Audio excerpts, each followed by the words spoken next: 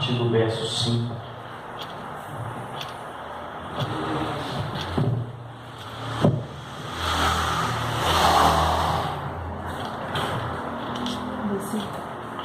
Mateus 8:5, todos acharam? Diz assim: tendo Jesus entrado em Cafarnaum, apresentou-lhe um centurião, implorando: Senhor, o meu criado jaz em casa, de cama, paralítico, sofrendo horrivelmente. Jesus lhe disse: eu irei curá-lo. O que Jesus disse? Eu irei curá-lo. Mas o centurião respondeu: Senhor, não sou digno que entre em minha casa, mas apenas manda com uma palavra, e o meu servo ou o meu rapaz será curado. Pois também eu sou homem sujeito à autoridade. Tenho soldados a minhas ordens, e digo a este: vai, e ele vai; a outro: vem, e ele vem; e ao meu servo: faz isto, e ele o faz.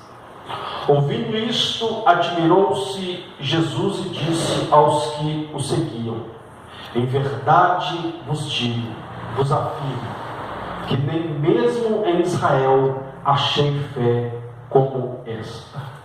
Amém?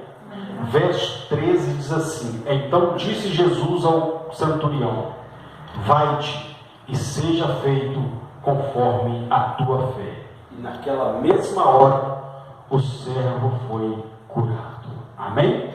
Glória a Deus. Pode se assentar no seu lugar em nome de Jesus. Peça ao Espírito Santo para falar ao seu coração nesta hora em nome de Jesus. Glória a Deus. Soberano Deus, eterno Pai, ó Deus, em nome de Jesus, eis-nos aqui na tua presença. Ó Deus, fale conosco, nos abençoe através da tua palavra, porque só o Senhor, ó Deus, tem palavras de vida eterna, no nome santo e poderoso de Jesus Cristo. E você diz amém. Amém, irmãos?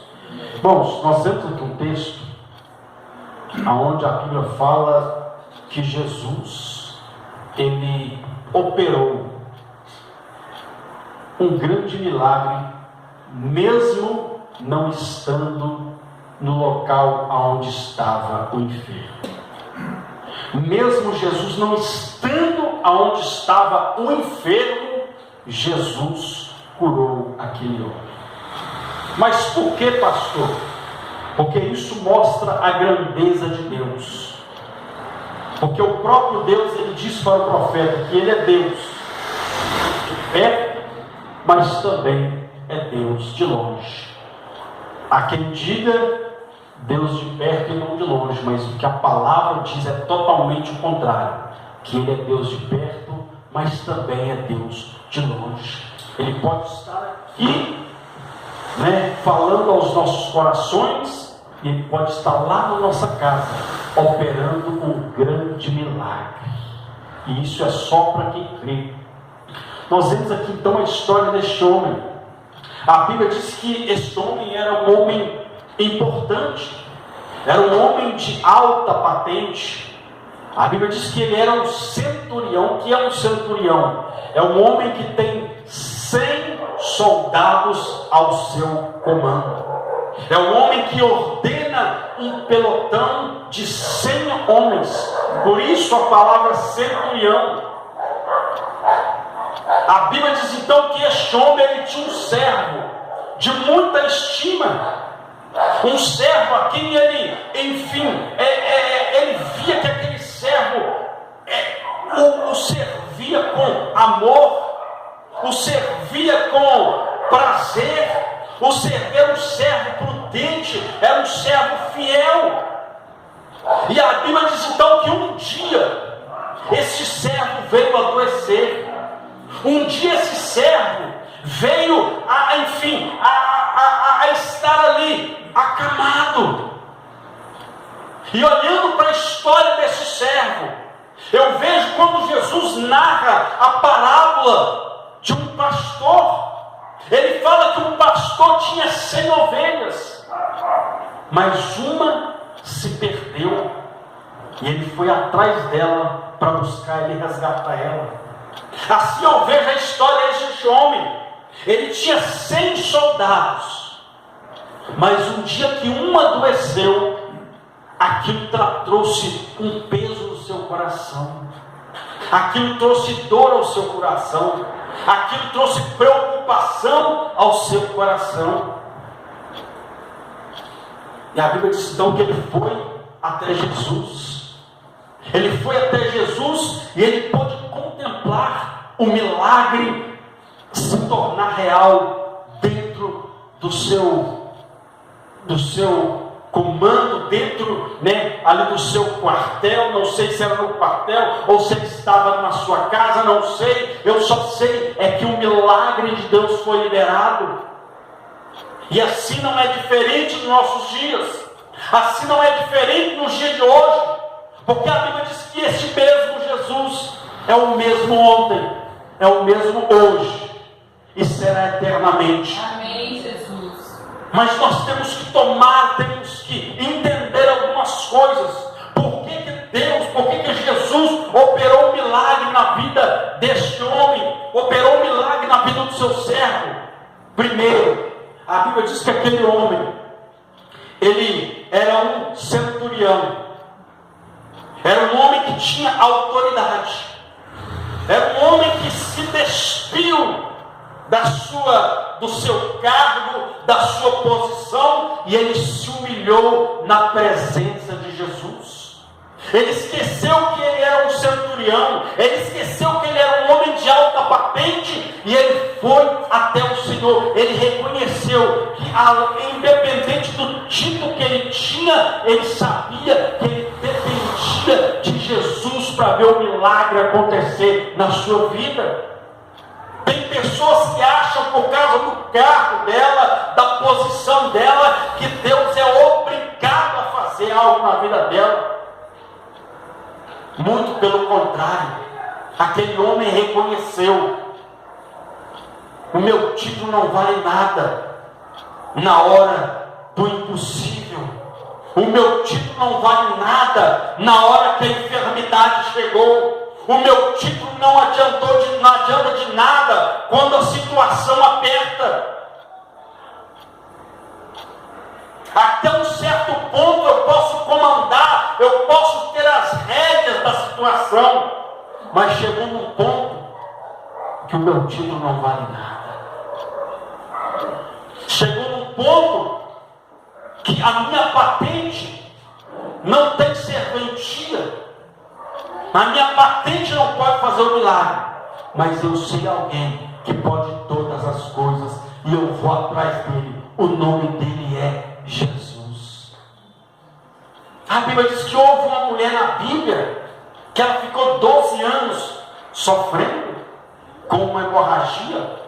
Ela gastou tudo que ela tinha, todos os seus bens. Ou seja, era uma mulher que tinha posses. Mas ela reconheceu que mesmo ela tendo posses, ela ia no médico e nada resolvia, ia no outro e nada resolvia. Ela chegou à conclusão: o que eu tenho não adiantou para nada, mas o que ele tem pode mudar a minha história. O poder que há nele pode mudar a minha história. Aí a Bíblia diz que quando ela ouviu falar de Jesus, ela foi até Jesus. E esse centurião não foi diferente.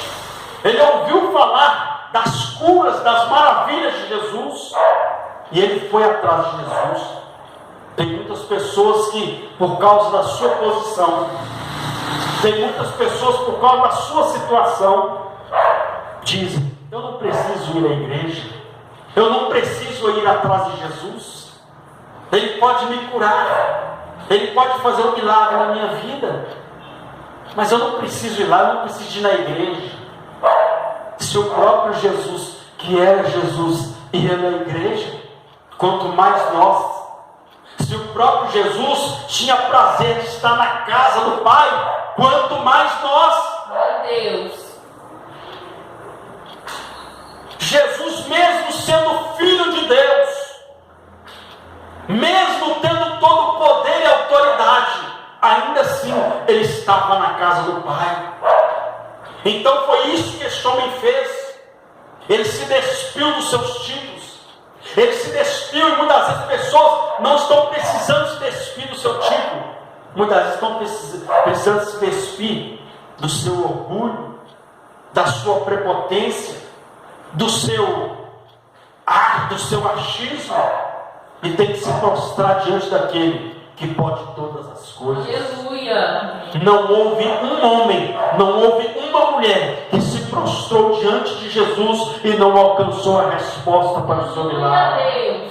O segredo está em se prostrar diante daquele que pode todas as coisas. Tem pessoas que estão se prostrando diante da situação, estão se prostrando diante, de uma dificuldade, enquanto há um Deus que não conhece a palavra impossível. Aleluia. Mas nós temos que nos despir, temos que deixar algo para trás, como foi aquele cego Bartimeu. Ele deixou a sua capa para trás e foi até onde estava a resposta dele. Se ele continuasse com aquela capa, ele seria sempre taxado como um cego mendigo. Mas ele largou aquela capa, e quando ele chegou diante de Jesus, ele se prostrou, ele clamou ao Senhor, e a pergunta de Jesus foi só uma: o que queres que eu te faça?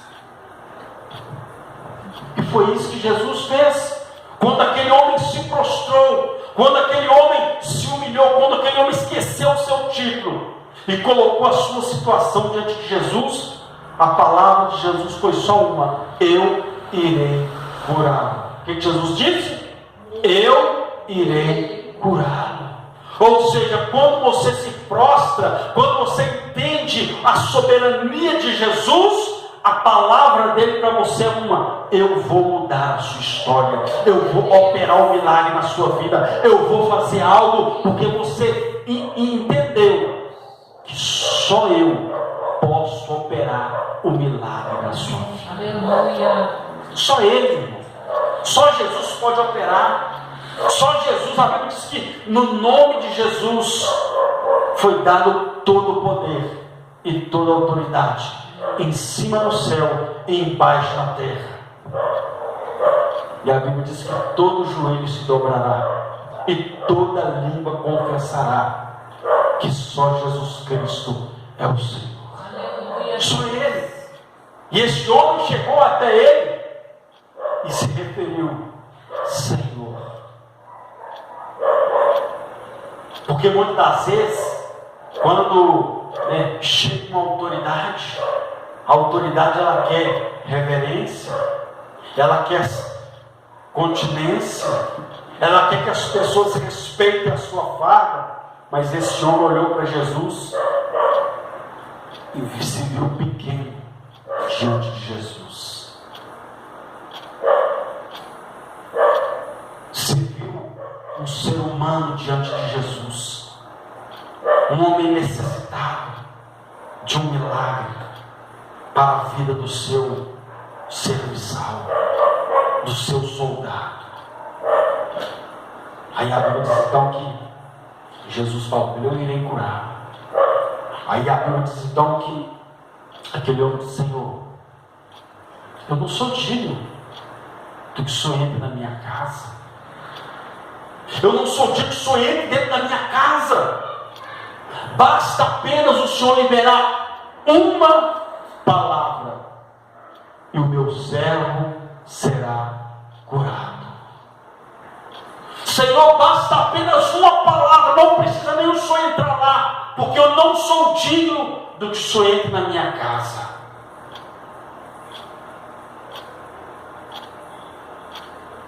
Basta apenas uma palavra. O que aquele homem entendeu? Ele acreditou no poder da palavra de Deus. Ele acreditou no poder da palavra que sai da boca de Jesus. Muitas das vezes você tem dado ênfase, você tem dado crédito à palavra que sai da boca do homem, a promessa muitas vezes que sai da boca do homem. Entenda uma coisa: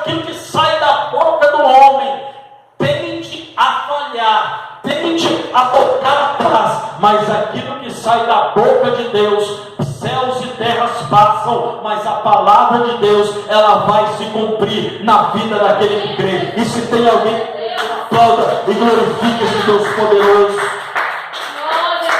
É o poder da palavra, é o poder de crer na palavra de Deus. A Bíblia diz que Pedro estava pescando, ele ainda não tinha tido encontro com Jesus, mas a Bíblia diz que Jesus foi até Pedro, e quando ele estava diante de Pedro, Pedro então estava ali lavando as redes para ir embora, e Jesus então observa e vê, porque Jesus mandou Pedro lançar a rede, porque Jesus observa e vê que ele estava lavando a rede, e os cestos aonde eles levavam os peixes estavam vazios. E Jesus olha para Pedro, Pedro, lança a rede.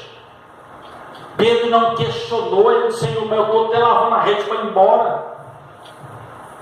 Ele não falou isso, ele só falou com Jesus uma coisa, Senhor, nós tentamos pescar o dia inteiro, não pegamos nada. Não pegamos nada. Aí Jesus insistiu mais uma vez com ele, Pedro, lança a rede. Senhor, mas Pedro, lança a rede. A Bíblia diz que Pedro olha para Jesus e diz, Senhor, eu tentei pegar peixe o dia inteiro, não peguei nada, mas pela palavra, pela sua palavra, eu vou lançar a rede. A Bíblia diz que Pedro então lançou a rede. De repente, meu irmão, minha irmã, a Bíblia diz que Pedro começou a gritar. Pedro começou a gritar, gente, vem me ajudar, porque tem tanto peixe na rede, que eu não estou conseguindo nem puxar a rede, de tanto peixe que tem aqui. A Bíblia diz que Pedro então começou a puxar a rede, e os homens começaram a puxar juntamente com ele. E tinha mais de 50 peixes grandes, não era peixe pequeno. Por quê, meu irmão? Porque quando Deus quer fazer algo na sua vida, Ele faz algo grande, porque Ele encontra alguém que crê na palavra dEle. Então creia na palavra de Deus, porque grandes coisas estão por vir sobre a sua vida, em nome de Jesus. Tem alguém que crê? Aleluia! Apenas creia na palavra. O que Jesus disse? As palavras que eu vos disse são espírito e vida. A palavra de Jesus é viva. A palavra dele é viva. Você não pode olhar para a Bíblia como um simples livro de que se lê, que se aprende uma história, não. Tem que ir além disso. Eu estou lendo, mas eu creio no que está aqui, e eu creio que os milagres que aconteceram aqui, Deus pode fazer na minha vida. Eu creio nessa palavra. Se você olhar a Bíblia, meu irmão, você vai ver Deus sempre falando ao homem para se achegar à sua palavra. Você vai ver o próprio Jesus dizendo, Senhor, santifica-os na tua verdade, pois a tua palavra é a verdade. Essa palavra é a verdade, meu. Haja quem não creia, mas crendo ou não, essa palavra tem poder. E isso aqui é para quem crê. Ah, pastor, mas hoje não acredito em mais nada. Creia na palavra que você vai ver algo de Deus acontecer na sua vida. É crer na palavra. Deus liberou uma palavra para Moisés. Moisés, o que tem na sua mão? Senhor, tem um cajado aqui, e o povo já está a ponto de me apedrejar. Moisés, não toca na água, Moisés, toca nesse rio, que o mar vai se abrir. Moisés então acreditou na palavra de Deus, e quando ele toca no mar com aquele cajado, a Bíblia diz que o mar se abriu e o povo passou em terra seca. Foi Deus sempre liberando uma palavra de bênção na vida do homem, e o homem crendo e tomando posse, E isso não é diferente no dia de hoje. O problema é que as pessoas estão dando crédito a tantas coisas, estão desprezando a palavra de Deus. O próprio Deus diz: vai chegar um momento que eu, o Senhor, vou enviar fome sobre a terra, vou enviar sede, mas não é fome e nem sede, não é fome de pão e nem sede de água, é fome e sede da minha palavra. E muitos vão procurar e não vão achar. Ou seja, não despreze o que Deus tem liberado sobre a sua vida hoje, porque isso será um depósito de milagre para a sua vida amanhã, em nome de Jesus. Se você crê, então aplauda e glorifique esse Deus poderoso. Aí a Bíblia diz então que aquele homem olha para Jesus e diz: Senhor, eu não sou digno de gente em minha casa. Manda uma palavra apenas, diga apenas uma palavra e o meu servo será curado. A Bíblia diz então que aquele homem continua falando: Jesus, eu também tenho autoridade. Eu tenho soldados que obedecem às minhas ordens. Eu digo esse vai e ele vai. Eu digo aquele outro vem e ele vem. Eu digo a esse, ao meu servo, que é esse que estava acamado, e eu digo ao meu servo: faz isso, e ele faz. Mas e agora? Como é que eu vou pedir para fazer alguma coisa? Ele está horrivelmente enfermo, está sofrendo, está à beira da morte. No livro de Lucas, a Bíblia fala que ele estava tão ruim, que ele estava à beira da morte, estava a ponto de morrer. Não era uma simples enfermidade, ele estava à beira da morte. Mas quando o autor da vida entra na história, a morte tem que bater em retirada. Quando Jesus entra na sua história, quando você está diante de Jesus, aquilo que está morto não pode permanecer morto, porque o autor da vida está presente. Então entenda uma coisa: quando você está diante de Jesus, Ele mesmo disse: ainda que esteja morto, se creres em mim, vai ressuscitar. Vai ressuscitar. Aquele homem então disse: olha, eu também tenho autoridade. Só que aquele homem reconheceu: a minha autoridade é só aqui na terra, mas a do Senhor é aqui e no céu. Aleluia. Eu tenho exércitos que me obedecem aqui na terra.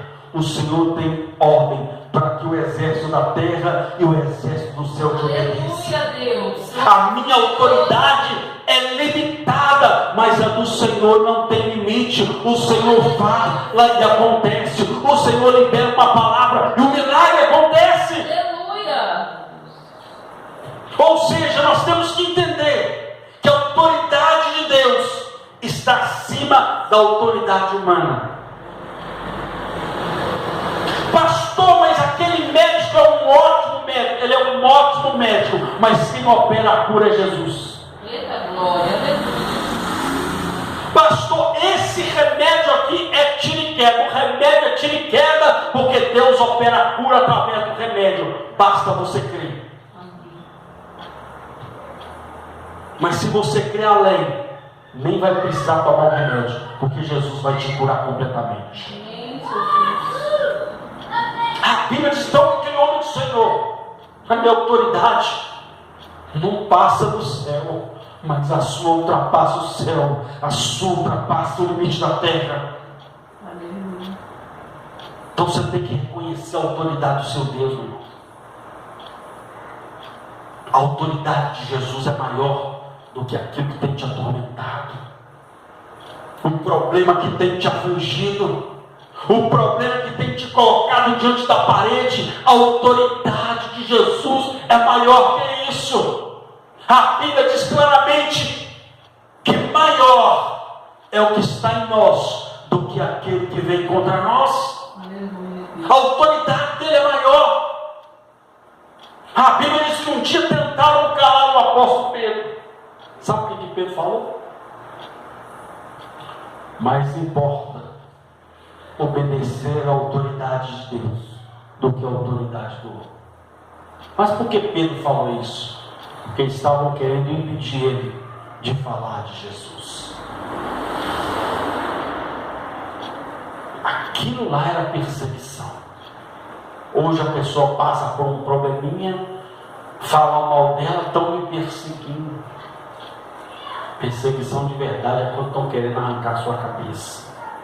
Perseguição de verdade é quando estão querendo te colocar dentro da cova dos leões. Perseguição de verdade é quando acende uma fornalha e diz: olha, eu vou te queimar, você vai virar churrasco hoje. Isso é que é perseguição. Perseguição é o que acontece lá fora, em países onde o Evangelho tem sido pregado. Mas muitas pessoas têm sido perseguidas, perdendo até a sua vida por causa do Evangelho. Foi o que Jesus disse: aquele que perder a sua vida por amor a mim e ao Evangelho, esse vai salvar a sua vida. Esse vai salvar a sua vida. Então isso aqui é perseguição. Às vezes a pessoa tem um atrito aqui, um atrito ali, estão me perseguindo, estão querendo me lançar por terra, meu irmão. Aquele que está com você, ele é poderoso. Aquele que está com você, ele é poderoso, mas nada e ninguém vai impedir o projeto que Deus criou para a sua vida. Não vai, meu irmão. Quem escreveu a minha e sua história, quem começou a escrever a minha e sua história é Deus. E aquilo que Deus escreveu, o homem, o inferno não pode apagar. Não pode. Mas você não pode se acovardar. Você tem que entender que a autoridade de Jesus está acima de todas as coisas. Ele tem autoridade para pôr enfermidade para correr. Ele tem autoridade para lançar, enfiar as calúnias, as afrontas por terra. Ele tem autoridade. Ele tem autoridade sobre todo o principado e sobre toda a potestade que se levanta contra a vida da igreja e contra a sua vida. Ele tem autoridade, porque Jesus é a autoridade máxima dessa terra. Ele é a autoridade máxima. Foi isso que aquele homem reconheceu: Senhor, eu tenho autoridade também, mas a minha autoridade, uma hora ela acaba. A minha autoridade, uma hora ela acaba. Ela tem limite. Eu tenho autoridade para fazer alguma coisa, mas a autoridade para curar é só o Senhor. A autoridade para abrir porta fechada é só Jesus. A autoridade para colocar o inferno para correr é só Jesus. Então entenda e respeite a autoridade de Deus. Creia nessa autoridade. E essa autoridade, Ele mesmo disse: eu vos dou poder e autoridade para pisar em serpentes e escorpiões. Além dele usar essa autoridade, Ele coloca sobre a sua vida. Para finalizar, a Bíblia diz então que quando aquele homem libera essa palavra, Jesus olha para todos que estavam à sua volta e aqueles que estavam acompanhando ele: olha, nem mesmo em Israel eu achei uma fé igual essa. Nem mesmo em Israel eu achei uma fé igual essa. Se ele disse, se o próprio Jesus disse, entenda isso, entenda o texto. Se o próprio Jesus disse que nem mesmo em Israel ele achou uma fé como essa, é porque ele estava procurando alguém que acreditasse no sobrenatural. Aí a pergunta é: será que se Deus olhar para a terra agora, Ele vai encontrar no meu e no seu coração uma fé que faz a diferença, uma fé capaz de fazer o sobrenatural acontecer. Porque já tem gente assim, eu já não acredito em mais nada, aí que piorou. É por isso que quando eu vejo a Bíblia Sagrada dizendo, quando vier o Filho do Homem, porventura achará fé na terra? Quando a Bíblia diz que Deus procura os verdadeiros adoradores, são os verdadeiros adoradores, são aqueles que verdadeiramente creem no poder de Deus. Jesus estava procurando, eu encontrei. Eu olhei Israel inteiro, eu andei na terra chamada Terra Santa, eu andei e não encontrei uma fé como esta. Eu não encontrei. Então Jesus procura em mim e em você uma fé